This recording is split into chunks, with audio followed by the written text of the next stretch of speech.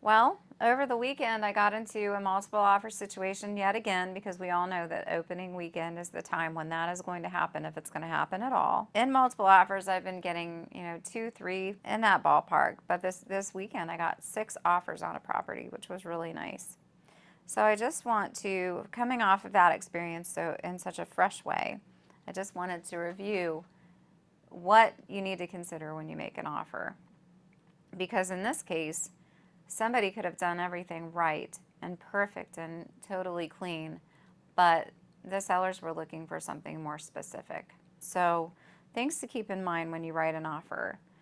First thing is to go in as strong as you possibly can, especially in the first weekend. A lot of people think that list price is going to be fine. They don't have to go over necessarily, and if all other things are good, they'll be okay. But in that first weekend, when you have a really great property, just make sure that you go in as strong as possible with your financing terms, with your inspection windows. Keep those as tight as possible, but still realistic. Closing time frames, make sure that you've checked in, your agent has checked in with the seller side to see if additional occupancy will be needed or what you can do to sweeten that and make it as great as possible. But be strong.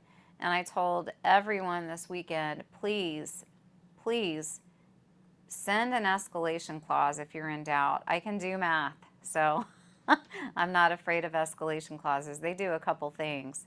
As a buyer, they make you as strong as possible without having to guess where you need to be. And on the seller side, they keep things under control in such a way that we still have a chance to appraise as well. So escalation clause is a good tool for being a strong buyer. Keep your offers as clean and uncomplicated as possible. Don't throw in a bunch of strange stuff like we're in a seller house and in under 2 weeks if it's not on the market yet. Just be as uncomplicated with contingencies and things like that as possible. You can be smart about that, but usually if you're in a multiple offer situation, contingencies are not going to be accepted. Again, not in every case. You could make something so sweet that that's not an issue, but be as clean and uncomplicated as possible so you don't have to worry about being an exception to the rule. Don't reveal too much information. We've got a lot of people who still want to deliver love letters and things like that. Don't reveal so much information that it's off-putting to the seller. So it can definitely be conveyed that you love the property. You can have certain things conveyed about your feelings regarding the property, but don't come in too strong. And just know that some of us agents don't deliver love letters. They set the seller up for a potential fair housing lawsuit. So just understand that if there's information that you want to convey, keep it short, sweet, and to the point. And check in at first and see if those love letters are even being delivered, because I'm not one to deliver them. So again, just keep that information concise. And understand too that you can do everything right. You can come in strong. You can come in clean and uncomplicated.